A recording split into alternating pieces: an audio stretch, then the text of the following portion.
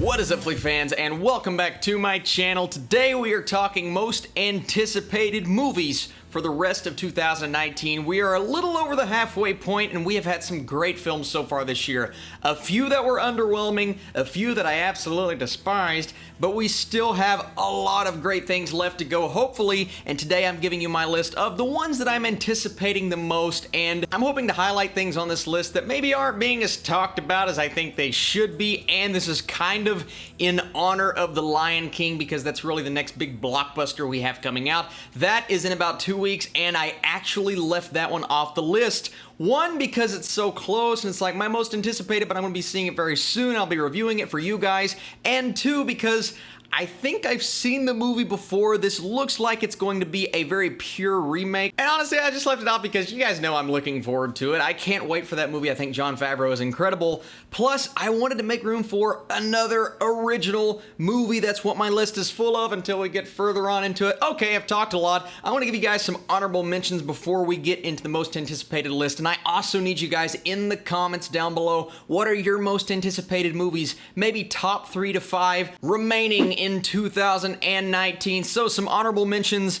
are Rambo: The Last Blood, Fast and Furious: Hobbs and Shaw, Jumanji: The Next Level, The Lodge, The Peanut Butter Falcon, Queen and Slim, Zombieland, Gemini Man, Good Boys, that trailer is hilarious, Little Monsters, A Beautiful Day in the Neighborhood, Tom Hanks as Mr. Rogers, yes please, and a trailer that I continue to see that breaks my heart every time I see it, an A24 film, so you know it's probably going to be good, and that is The Farewell. I can't wait to see all of those movies. Let's get into this list, and we start off talking about The Nightingale. Now, what is so special? But just look at the poster, right? Okay, it's another cliche horror film. Then you look at who the director is, and that is Jennifer Kent. If you don't know who Jennifer Kent is, she directed The Babadook, and I love that movie so much. And reading the summary for this film, in 1829, Claire, a 21-year-old Irish convict, chases a British soldier through the rugged wilderness bent on revenge for a terrible act of violence she committed against her family. She enlists the services of an Aboriginal tracker named Billy, who is also marked by trauma from his own violence-filled past. You got that director, you have that premise. Do I need to say much more? I can't wait for this movie. I'm hoping it impacts me like her previous film did, but her sophomore effort is looking like it could be one of the better horror films of the year. You guys know me. I love a good horror movie when it's done right. So far this year, we've had a few that have hit that mark. I hope this is another one. That's why it's number 10 on my list. Number 9, and we are talking The Irishman, directed by Martin Scorsese. And all I need to do is read off this cast for you guys. Robert De Niro, Al Pacino, Joe Pesci, Harvey Keitel, Ray Romano. Come on. Martin Scorsese, that cast, the man is reuniting with the people that, frankly, he knows personally and loves working with. We know as audience members, and we love seeing on screen, directed by Martin Scorsese. This is everything we would have wanted. Now, I think the argument to be made is, well, this is a great thing 10 years ago, but how is it going to stack up now, especially when it's coming out on Netflix? This is a Netflix film. I love it. I think people are going to eat this up. I hope it comes out and is in the Oscar conversation. I think it has that potential, and guys, I am very much looking forward to this movie. Next up on this list is Joker, directed by Todd Phillips, starring Joaquin Phoenix. The cast is great, but you have a very different look at the character that we love and know as DC fans. The only reason why it's number 8 on my list personally is because I'm scared. I'm scared to see them botch this character. I don't think it's going to happen. That's why it's on this list, because I have faith it will turn out to be a good movie, but this is a very delicate thing they are dealing with. They're going down a path, frankly, they've never went with a DC villain before. I'm excited, but I'm also a bit nervous. That's why it's number 8. But if it turns out to be as amazing as I think it has the potential to be, guys, we might be looking at an Oscar nomination for Joaquin Phoenix.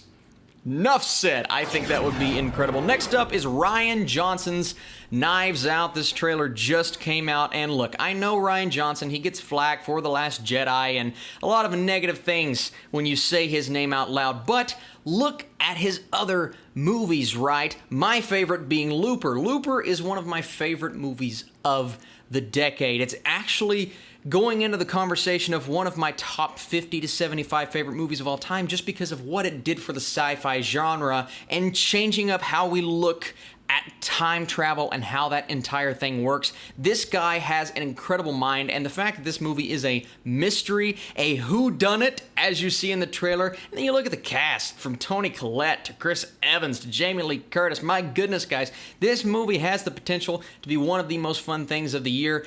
Put the name of Rian Johnson out of your head if you hate The Last Jedi, and just look at his other filmography. I think he could surprise a lot of people with Knives Out. Next up on this list is one that I'm salivating to see, and that is Robert Eggers, aka the director of The Witches, The Lighthouse.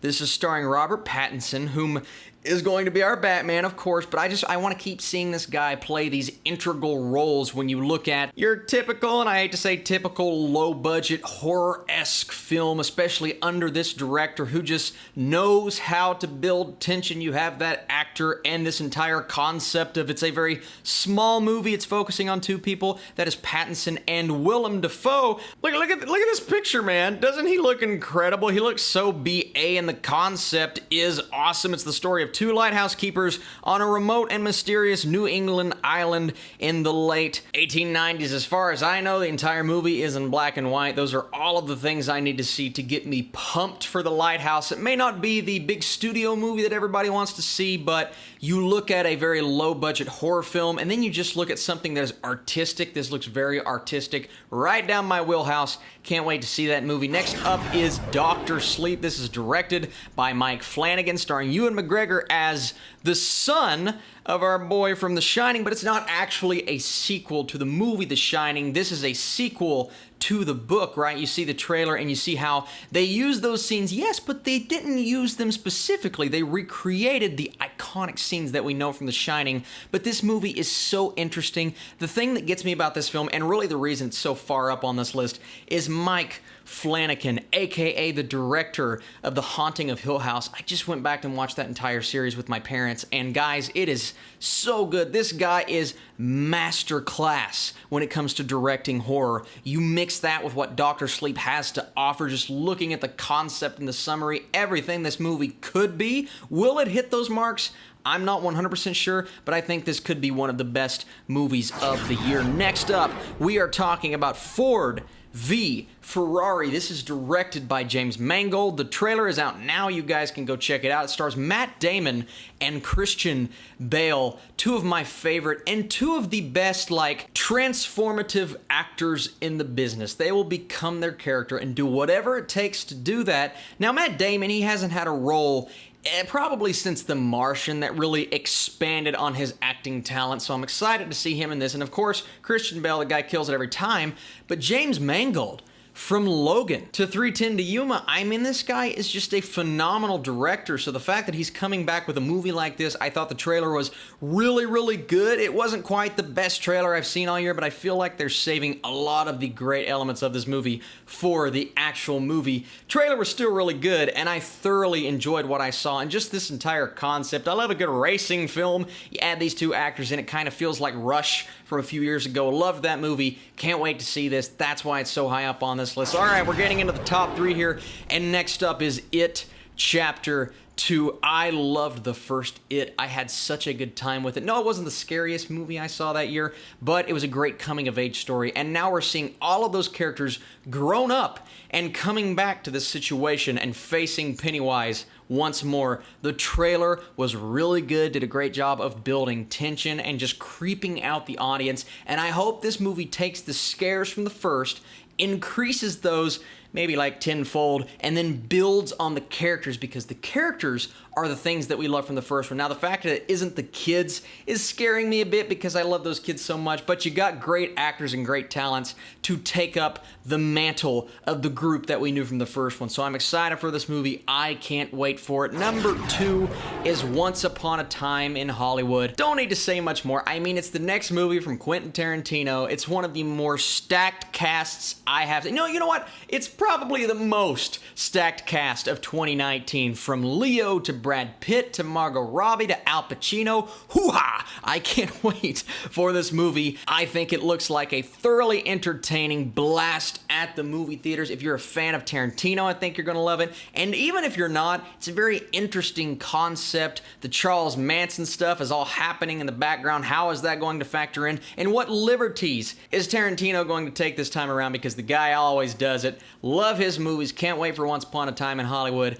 And the single most obvious number one you guys could have thought of is Star Wars: The Rise of Skywalker. I said I was going to stay away from big budget films for the most part, but I had to put this at my number one because I am more interested to see how this movie turns out than I am in anything coming out this year. And it's not necessarily like my anticipation is spiking and I'm freaking out. I will be when the movie comes. But this is the first time in a long time, other than Solo kind of, but for a saga film. It's the first time I've not been over the moon excited, right? For The Last Jedi, I was freaking out. For The Force Awakens, I was losing my mind. For this movie, it's more curiosity that's killing this cat, right? It's more like, okay, what is JJ going to do? How is he going to appease fans? Because you have people on both sides of the fence, whether you love Last Jedi, hated Last Jedi, he has to bring elements of what people loved and hated, combine that into a movie that is hopefully going to appease everyone, and then end this entire saga, end the Skywalker saga as we know it, everything that has been building up for the last 30-so years.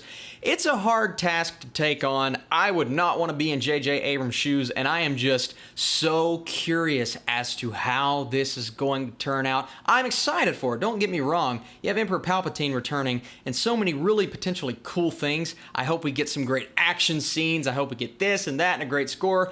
We're going to focus on that when it comes, but as for right now, guys, I'm just so curious to see how this turns out, along with all of the other movies in this video.